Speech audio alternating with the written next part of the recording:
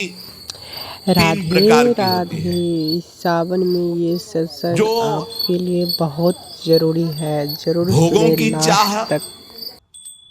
या हमारा नाम हो जाए, हमारी कीर्ति हो जाए, हमारा ऐश्वर्य हो जाए,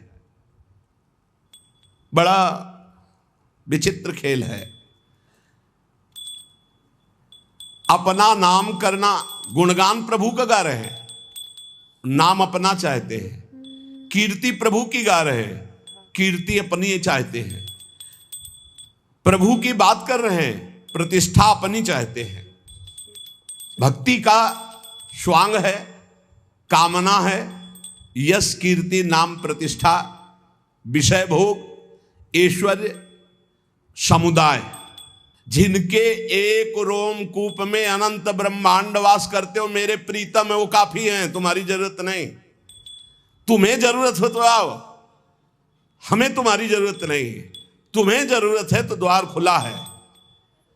दिखरावा माते तिन अद्भुत रूप, प्रचंड रोम रोम प्रतिलागे, कोटि कोटि ब्रह्मांड ब्रह्मांड निकाया, निर्मित माया रोम रोम प्रतिवेद कहे। आए हो तो भगवान है आप, हमारे आदर है। कभी ना आओ तो प्रश्न नहीं होगा। आए की हुज्जत नहीं, गए की तलाश नहीं। भरोसो दृढ़ इन चरणन के रो। जब हमारे अंदर सकामता होती है तो विषय भोग की, यश कीर्ति की, ऐश्वर्य की, मान प्रतिष्ठा की, तो वो भक्ति रूप ले लेती राजसी भक्ति। और जब किसी को दंड देने की, हिंसा की, पीछे आपने सुना होगा जो राधा कृष्ण में भेद बुद्धि करते हैं, जब तक सूर्य चंद्र रहता है तब तक कालसूत्र नरक में रहते हैं। सुना हो तो नरक भोगेगा, तुझे कोई नहीं बचा सकता, क्योंकि ब्रह्म ऋषियों ने लिखा है। वो साप नहीं है, वो क्रोध नहीं, वो हिंसा नहीं, वो दंड नहीं। वो जो दंड विधान लिखा हुआ है, जैसे अभी का जो पराई स्त्री से भोग करता है वो इस नरक में डाला जाता है, और वहां लोहे की तपती हुई स्त्री से हजारों वर्षों तक उसका आलिंगन कराया, ले भोग। अब ये साप नहीं है, ये दंड विधान है। उस विधान का फल वर्णन किया जाता है। जो दूसरे की हिंसा करने के लिए, दंभ दिखावा करने के लिए, मत्सरता, ईर्ष्या, द्वेष, ये तामसिक भक्ति। भक्ति तो करता है पर तामसिक भक्त है। और जो अपने मोक्ष की कामना, पाप नाश की कामना, कैवल्य परम पद की कामना, इसे सात्विक भक्ति कहते हैं। लेकिन इन तीनों भक्तियों से ऊपर उठी हुई उत्तमा भक्ति होती है। उत्तमा भक्ति चित स्वरूपा होती है। इसके तीन भेद होते हैं। पहला साधन भक्ति, दूसरा भाव भक्ति और तीसरा प्रेम भक्ति। इंद्रियों के द्वारा सारी की सारी चेष्टा प्रभु के लिए होना, जैसे नाम कीर्तन करना है, नाम जप करना है, लीला चरित्र सुनना है, सेवा करना है, परिक्रमा करना। इंद्रियों के द्वारा, कर्मेंद्री, ज्ञानेंद्री के द्वारा मन सहित सारी चेष्टाएं प्रभु के लिए होना, उसे साधन भक्ति कहते हैं। इस साधन भक्ति में दो गुण प्रकाशित होते हैं बड़े जोर के, क्लेशग्नि, शुभदायिनी। सारे क्लेश नष्ट कर देती है साधन भक्ति। उत्तमा भक्ति के तीन साधन, तीन। पहला है साधन भक्ति, दूसरा है भाव भक्ति, तीसरा है प्रेम भक्ति। इस भेद को समझो। पहले साधन भक्ति, अगर पहली सही है तो दूसरी आ जाएगी भाव भक्ति, और भाव भक्ति सही है तो तीसरी प्रेम लक्षणा भक्ति जागृत हो जाएगी। पहली में ही कितना लाभ शुरू हो जाता साधन भक्ति में। क्लेशग्नि, संपूर्ण क्लेशों का नाश हो जाता है। क्लेश किससे होते हैं? तीन से क्लेश होते हैं। पाप से, वासना से, अविद्या अज्ञान से। जब हम साधन भक्ति करते हैं, साधन भक्ति का मतलब समझे, मन सहित पांच ज्ञानेंद्रियों, पांच कर्मेंद्रियों से जितना कुछ बन रहा है वो सब प्रभु की प्रसन्नता के लिए। उस साधन भक्ति के दो प्रभाव प्रकट होंगे। संपूर्ण क्लेशों का नाश। क्लेश किससे होता है? तीन बातों से। पाप से क्लेश होता है, वासना से क्लेश होता है और अज्ञान से क्लेश होता है। ये साधन भक्ति में ज्ञान प्रकाशित हो जाता है, संपूर्ण वासनाएं भस्म हो जाती है और पाप नष्ट हो जाता है। इसलिए क्लेश अग्नि, संपूर्ण क्लेश का नाश साधन भक्ति में ही हो जाता है। और शुभदायिनी, कभी कभी अज्ञान के कारण आरोप भगवान में करते हैं कि भगवान हम पर कृपा नहीं किए, इतनी भक्ति की, इतना नाम जप किया, लेकिन पूर्व प्रारब्ध जो है वो बहुत बलवान है। जब शरीर रचा गया उसी समय प्रारब्ध रचा गया, आपके साथ घटनाएं घटेंगी, इसीलिए नाम जप कर लो। प्रारब्ध और अप्रारब्ध, प्रारब्ध जिसका पाप फल प्रकट हो चुका है भोगो, अप्रारब्ध अभी आने वाला है। पहले से निश्चित है कि 55 वर्ष की अवस्था में आपको ये भोगना है, पक्का भोगोगे, चाहे जितना भजन करो। भोगने की सामर्थ्य भजन से मिल जाएगी। प्रारब्ध को मिटाना बहुत कठिन है, और जब मिटाने वाला भजन हो जाता है तो मिटाने की इच्छा नहीं रहती, क्योंकि अब भगवत प्राप्ति के नजदीक पहुंच चुका है। तो लौट कर कौन, जैसे सांप अपनी केचुल की तरफ नहीं देखता, ऐसे भगवत प्राप्ति के योग्य महात्मा शरीर की तरफ नहीं देखता। तो पाप का बीज वासना है, इससे हमारे पूर्व पाप हुए। 2 प्रकार के प्रारब्ध बन चुके हैं, एक प्रारब्ध एक अप्रारब्ध। प्रारब्ध जो हम भोग रहे हैं, अप्रारब्ध जो आगे भोगने वाला है। पाप की बीज वासना इस जन्म भी पाप करा रही है, तो हम जब साधन भक्ति करते हैं तो इस जन्म की वासना का नाश होता है, और पूर्व स्टॉक जो पापों का है उसका नाश हो जाता है। और अविद्या जिसके कारण पाप हो रहा था, वासना बन रही थी, उसका नाश हो जाता है, पर प्रारब्ध बना रहता है। ये अज्ञानी जन ना जानने के कारण कहते हैं कि अरे भजन शुरू किया, बड़ा कष्ट भोग रहे हैं, तो क्या भजन का फल है? अनंत जन्मों से भोगते चले आ रहे हो, पाप कर्म करते चले आ रहे हो, तुम्हें पता नहीं। लोगों की समझ में ही नहीं आता। मछली को जल तरोई कहते हैं, तो तुम कौन सी तरोई होगे? तुम्हें भी पता होना चाहिए। पक्का मत्स्यावतार भगवान ने लिया है कि नहीं लिया? मत्स्यावतार भगवान ने लिया है, और तुम मछली को जल तरोई करते हो, कढ़ाई में तल के खाते हो, तो तुम भी तले जाओगे। अब एक बार के आहार में कितने जीव खाते हैं लोग, कितना पाप कर रहे हैं। अज्ञानियों को ब्रह्मा भी नहीं समझा सकते। मूर्ख हृदय न चेत, चाहे गुरु मिले बिरंच सम, फूले फरे न बेद। बांस में चाहे जितनी खाद पानी लगा दो, वहां सेव संतरा नहीं लगने वाले। ऐसे ही जो मूर्ख स्वभाव के लोग होते हैं, नहीं समझने वाले। जब साधन भक्ति का अनुष्ठान किया जाता है तो इससे 2 प्रभाव प्रकट होते, क्लेश अग्नि और शुभदायिनी। क्लेश अग्नि, पाप से क्लेश होता है, वासना से क्लेश होता है, विद्या, तीनों का नाश हो गया। लेकिन प्रारब्ध और अप्रारब्ध, आगे आने वाला भोग, ये दोनों भोगने पड़ेंगे। इसलिए हिम्मत जुटाओ, नाम जप के द्वारा इतने बलवान बनो कि प्रारब्ध आवे और हंसते हुए भोग लो। प्रारब्ध का नाश करने की जब योग्यता आती, तब नाश करने की इच्छा नहीं रह जाती, और जब तक नाश करने की इच्छा, तब तक योग्यता नहीं आई। सब क्लेशों का मूल कारण भगवान का भजन न होना, भगवत विमुखता है। तो जब हम भक्तों के संग के प्रभाव से साधन भक्ति का अनुष्ठान करते हैं, तो सारे क्लेशों का, दुखों का नाश हो जाता है। अब आगे दुख नहीं है, बस इतना ही है रास्ता जिसको आप भोग ले। सर्व दुख नाशकत्व, ये क्लेश अग्नि से हो गया। अब शुभ का अर्थ है साधक के जीवन में परम मंगल, परम आनंद का विधान, ये नाम से प्रकट होता है। श्री हरिवंश चंद्र शुभ नाम, सब सुख सिंधु प्रेम रस धाम, जाम घटी बिसरे नहीं। एको क्षण न बिसरो, हर समय नाम जप करो, ये महाशुभ प्रकाशित कर देगा। शुभ से क्या होता है? जैसे क्लेश अग्नि से वासना, पाप, अविद्या का नाश, प्रारब्ध के भोगने की सामर्थ्य आ गई। शुभ से क्या होता है? बोले शुभ सारी दैवी संपदा प्रकट कर देती है। साधन भक्ति से विषय सुख, ब्रह्म सुख, पारमेश्वर सुख, ये सभी प्राप्त हो जाएगा। आपको विषय सुख चाहिए तो भी साधन भक्ति करो, आप देखो विषय सुख प्राप्त हो जाएगा, ब्रह्म सुख प्राप्त हो जाएगा, परमेश्वर सुख प्राप्त हो जाएगा।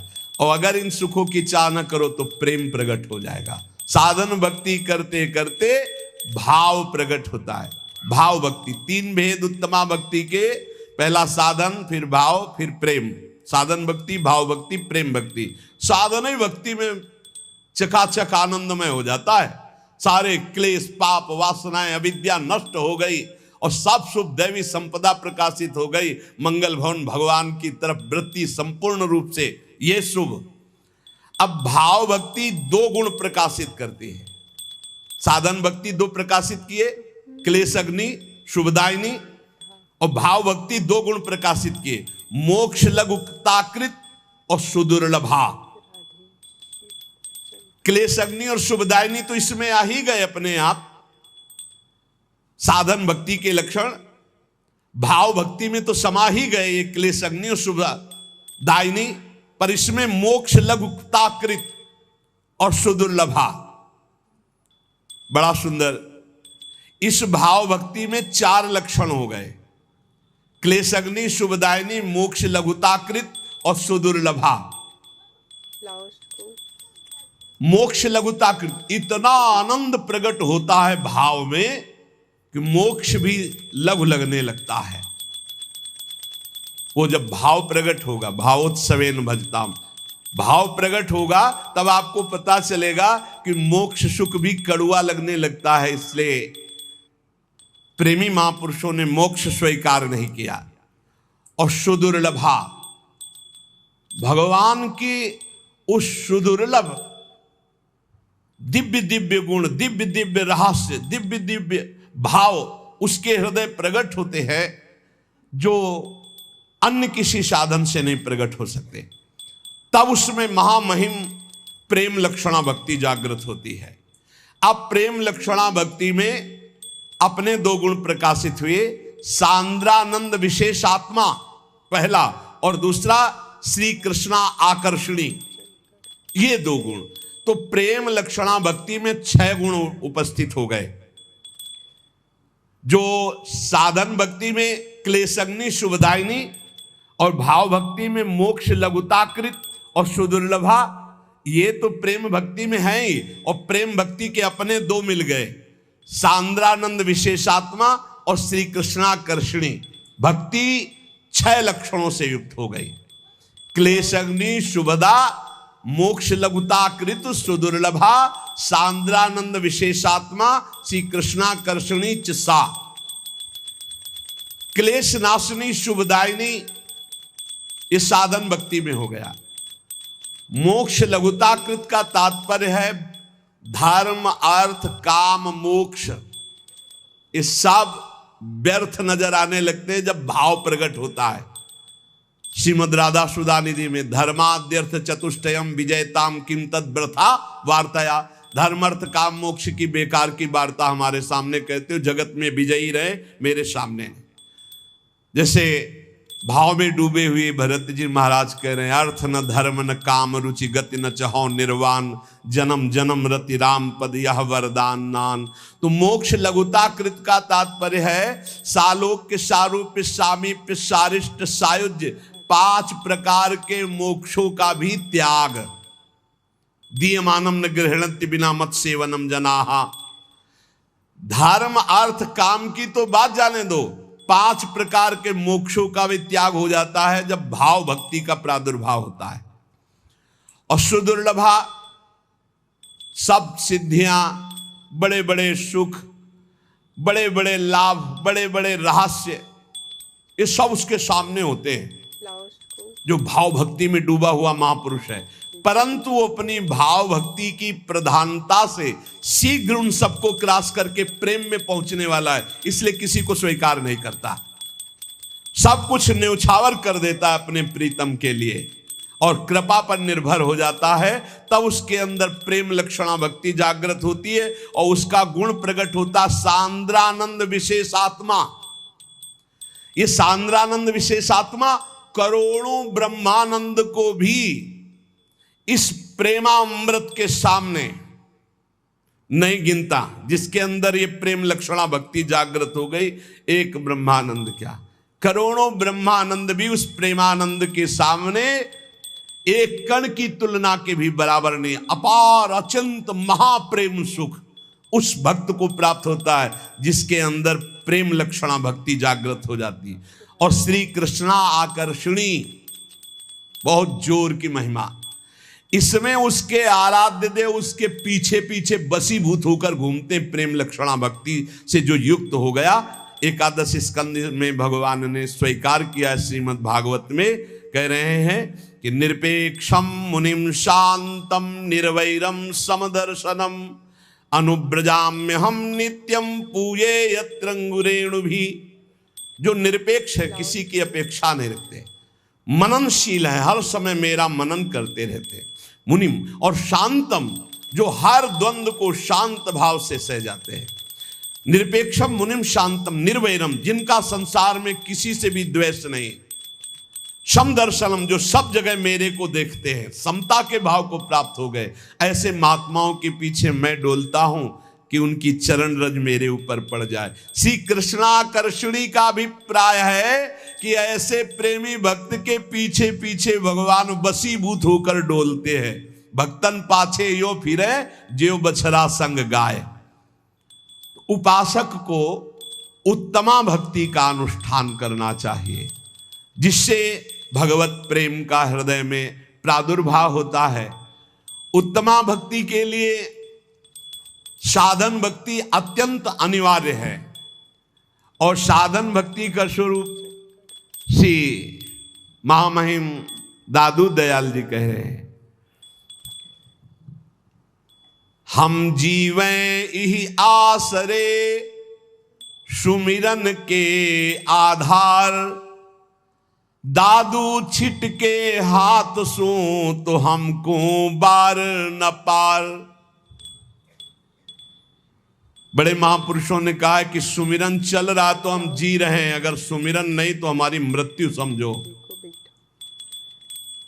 परम महामहिम श्री नानक साहब जी की भी कि नाम है तो हम जीवित है, नाम नहीं तो।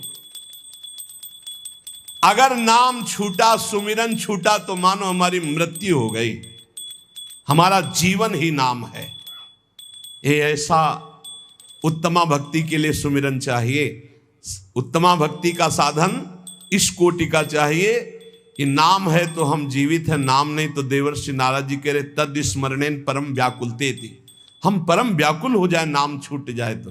भाई यहाँ राग द्वेष नाना प्रकार के विकारों की धूम मची हुई है और उसको हटाने के लिए नाम है, उसको पकड़ नहीं रहा साधक। दादू विषय विकार सो जब लग मन राता, तब लग चीतन आवई त्रिभुवन पति दाता। जब तक मन विषयों में लगा हुआ, नाम जप नहीं कर रहे तो तुम्हारा चित्त त्रिभुवन पति भगवान में रति को प्राप्त नहीं हो सकता। दादू अहनिश सदा शरीर में हरि चिंतत दिन जाई, और प्रेम मगन लय लीन मन अंतर गति ल्यो लाई।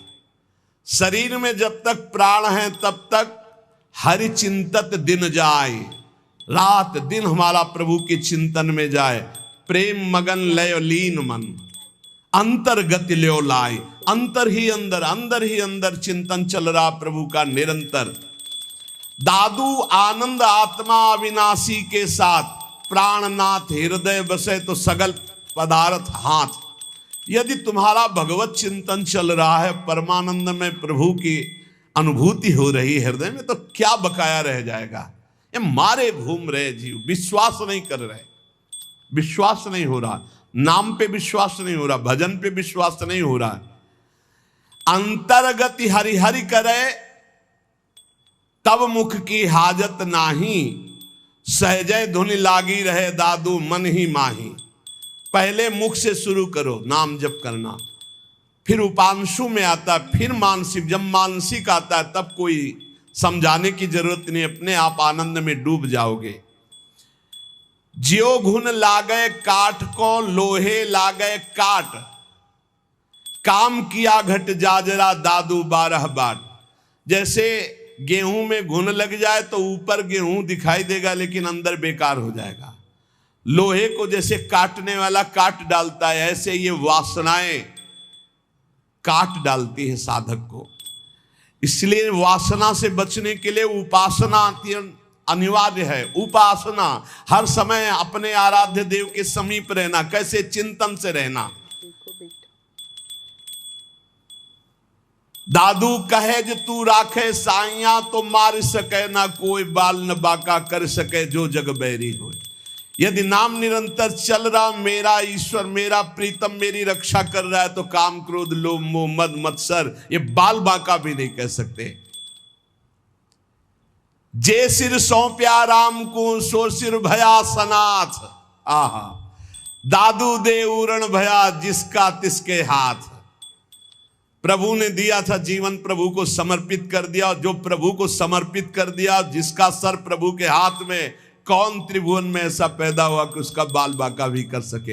हाँ, प्रभु मंगल विधान करते रहते हैं, वो बड़े बड़े भक्त जन जानते। बाहरी लोग तो कहेंगे उनको कष्ट दिया गया, उनको कष्ट दिया गया, लेकिन जिनको कष्ट दिया जा रहा है उनको वो परमानंद है जो केवल उनका हृदय जानता है, दूसरे नहीं जानते हैं।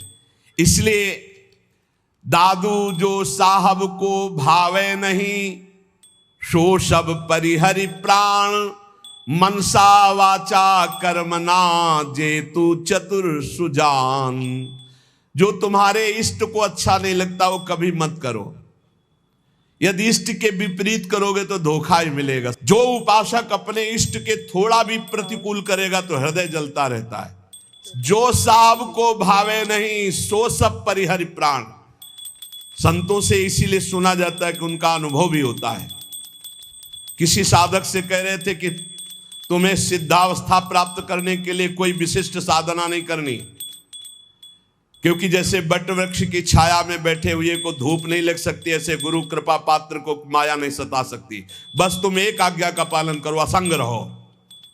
शरीर से असंग रहो और मन से भी असंग रहो, अपने आप सिद्ध हो जाओगे, अपने आप भगवत प्राप्त हो जाओगे। जो गुरुजनों के वचनों को मान ले तो सिद्धि गुरुजनों के वचनों में होती है। मोक्ष मूलम गुरु कृपा, समझो पहले। मोक्ष मूलम गुरु कृपा। तुम ऐसा करो तुम्हारा काम हो जाएगा। भला ऐसा करने से काम कैसे हो सकता है? खत्म खेल, गए तुम। ऐसा करो काम वो पक्का हो जाएगा, पक्का हो जाएगा। बिना पढ़े चारों वेद प्रकाशित हो गए, ऐसा कैसे हो सकता है? ये गुरु कृपा। गाय चराने को आदेश कर दिया, गाय चराते ही ब्रह्म प्राप्त हो गए।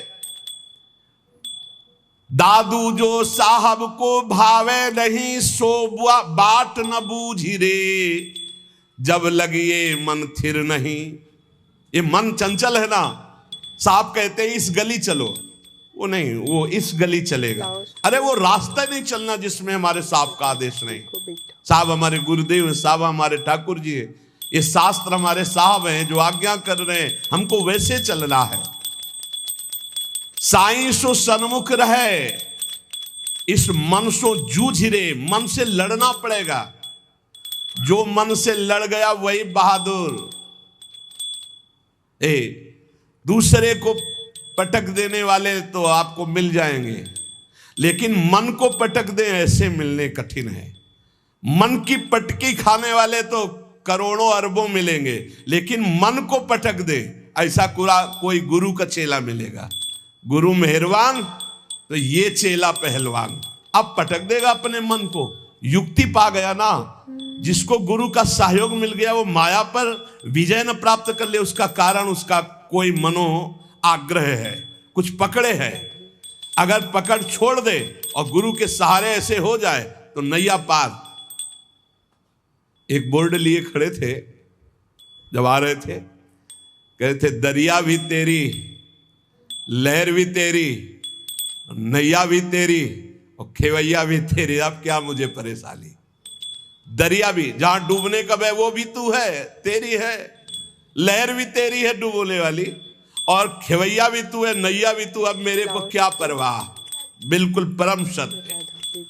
वही दरिया है, वही लहर है, वही नैया है, वही खेवैया है। बस समझ जाओ और पैर पकड़ ले। हरि का आश्रय मामे में प्रपद्यन्ते माया में ताम तरंति थे। दादू जो साहब को भावे नहीं, सो बाट ना बूझ रे। साई सो सन्मुख रहे, इस मन सो जूझ रे। मन से लड़ना पड़ेगा। अगर गुरमानी हो गए तो माया मुक्त हो गए, मनमानी हो गए तो माया में फंस गए। अपने साहब को जो ना भावे वो